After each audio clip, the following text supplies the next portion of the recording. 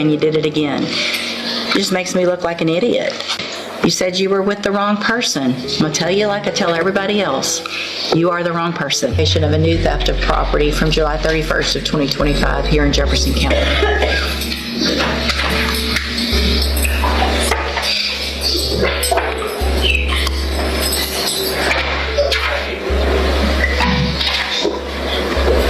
He's got a plan to do.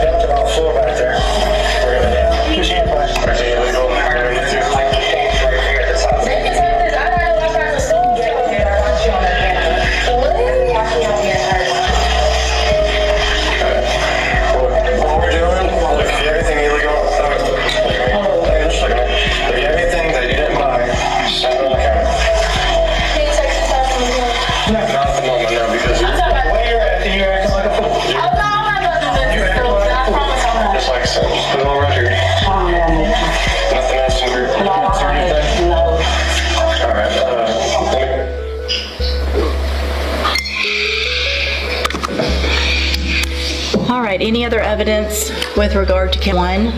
There is also the footage from the inside of the car where both are detained, where she actually speaks to the other defendant without the cops being there, and she talks about how she was here and you had told her not to do this anymore.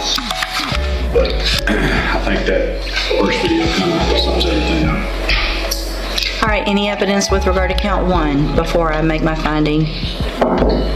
Evidence, Your Honor, in testimony. And anything that could...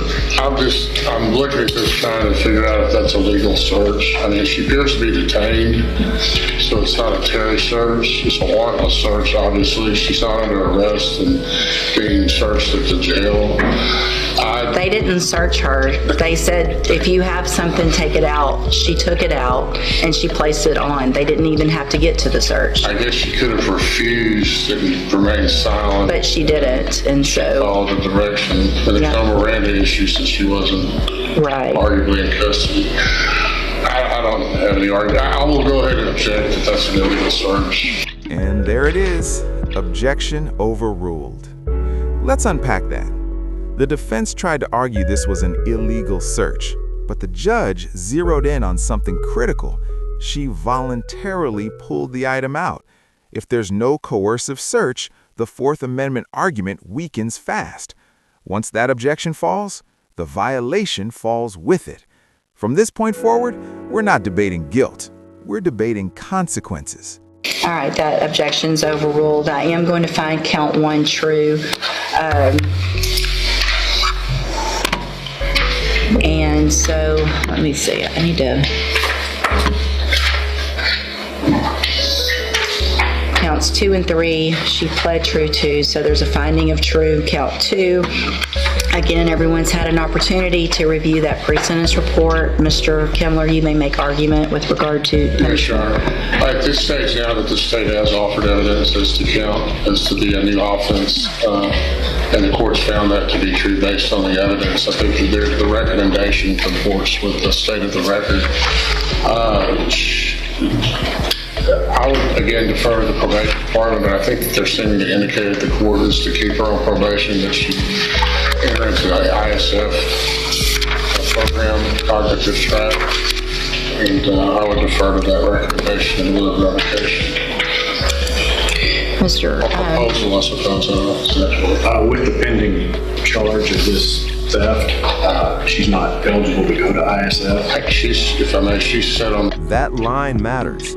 ISF, Intermediate Sanctioned Facility, is often a second chance option instead of full revocation. When someone's not eligible, the safety net disappears.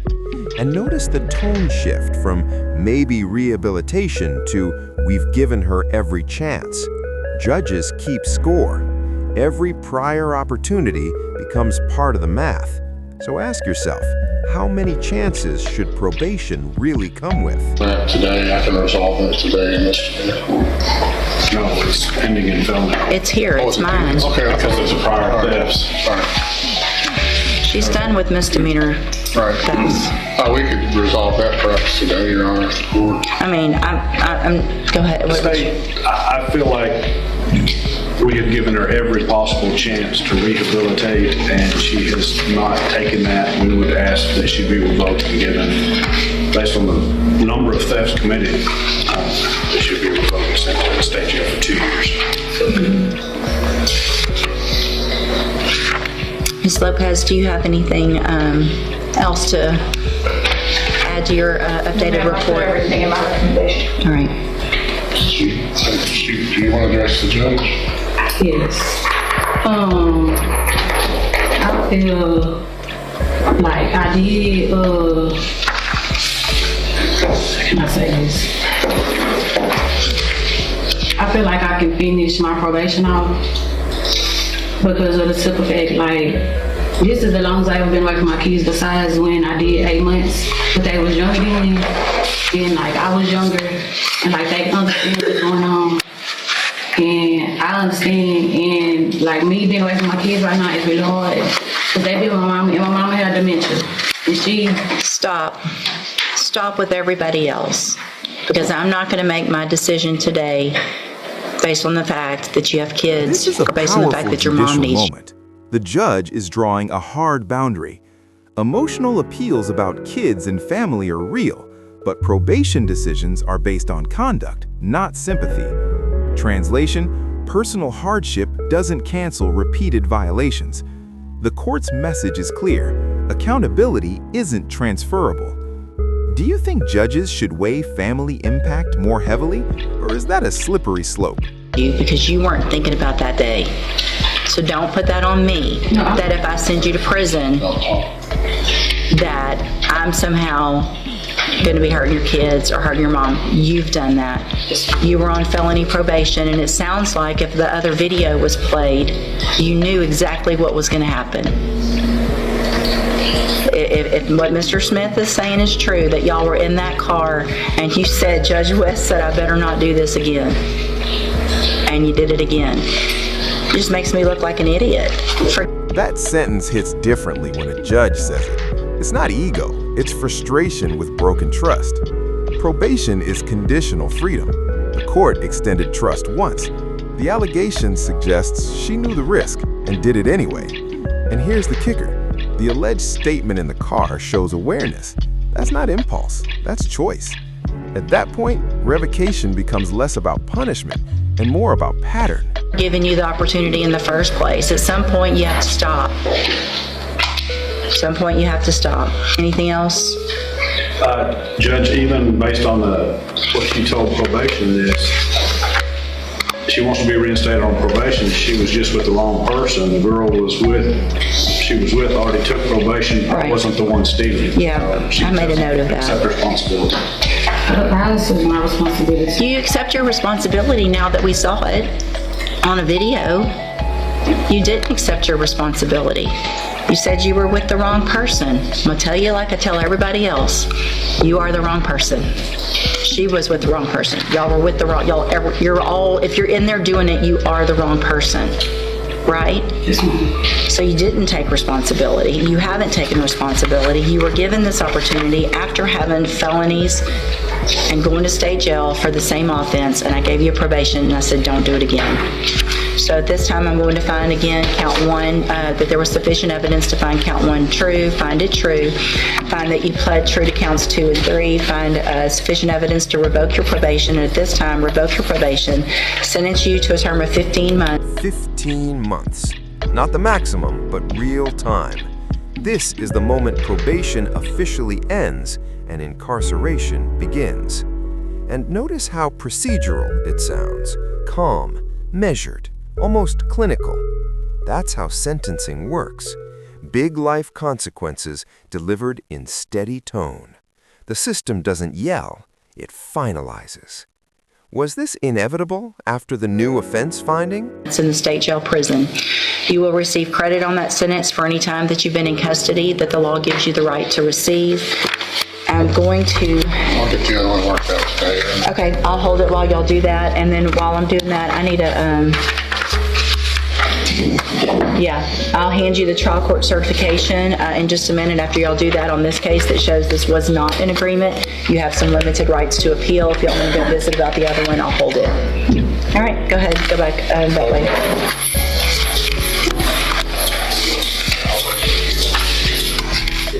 And then you've got Dylan Wilkinson. Yes, Your Honor. On that one, I'm not sure if y'all got it. I did it over the weekend. I had filed a motion to amend bond conditions. I printed it out just in case. And Mr. Nichols has a copy of it. That's my case, Judge, and I did review it this morning. Let me see. I kind of doubt it, but you never know. I don't know if they've accepted it. It's here. Yep. All right, sir, are you Dylan Wilkinson? And this is 25 DCCR 0260, and Mr. Wilkinson is charged with deadly conduct, discharging a firearm. Ms. Holmes has filed a motion asking for me to amend the bond conditions. The GPS.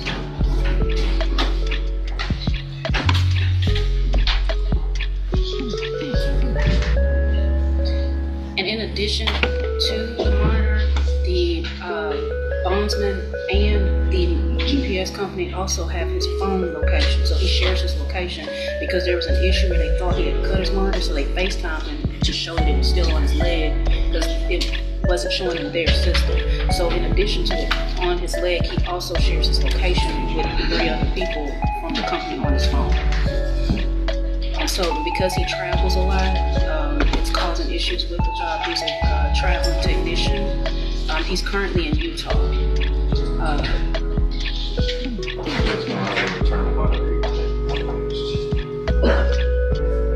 Let me look at something real quick. So I got that information about the job and I approved, as long as bondsman keeps them up to date. And Mr.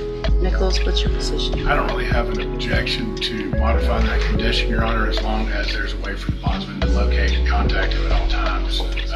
I have no indication there's been any issues since the inception of this case. I don't think they're in contact. It was a dating relationship issue. My understanding is they don't have to contact anymore. There has not been any issue. As long as that continues, I don't have a problem with that.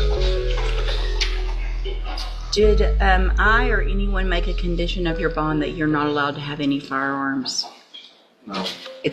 Okay, so as of today, that's a condition of your bond, all right? So you cannot be in possession of any firearms. If you're in a car, someone else can't have one in the car. You can't be anywhere around any firearms. That's now a condition. Now watch the contrast. Different defendant, different energy. Here, the court modifies bond instead of revoking it. Why? Compliance history, cooperation, no new violations. That's the courtroom balancing act. One defendant loses freedom for repeated mistakes. Another earns flexibility by following the rules. Same courtroom, same judge, different outcomes. So what's the real takeaway? Behavior drives leverage. Condition of your bond. So as long as you continue to share your location with your bondsman, then I will grant that motion, amend the bond condition for you to remove the GPS monitoring device. You know you're definitely not supposed to have any contact or communication with the complaining witness, correct? Okay, so just continue doing what you're doing, work, go home, don't contact her, don't be in possession of any firearms, stay in touch with your bondsman, do everything they're supposed to, including sharing your location, okay? And then, do we need to just reset it for an announcement, Yes, or are y'all ready to announce? Can we have one more reset, and if possible, could we extend it a little further than normal due to him having to make arrangements to come in. So what I'll do, Mr. Wilkinson, I'll make it a little bit longer, but we'll need to have something taken care of at that next court date. Either it's going to get worked out with the plea or it'll get moved to the trial docket. So this will be the last announcement hearing. So make sure you get in touch with Ms. Holmes, have a conversation with her before that next court date so you know what your options are, and then we'll figure that out the next court date. So I'll do about 45 days. Okay. Okay? You can go with, you're free to go, sir. And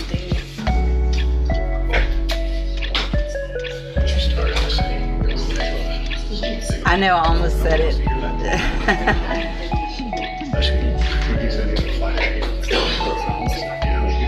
I know. Yep, I almost said.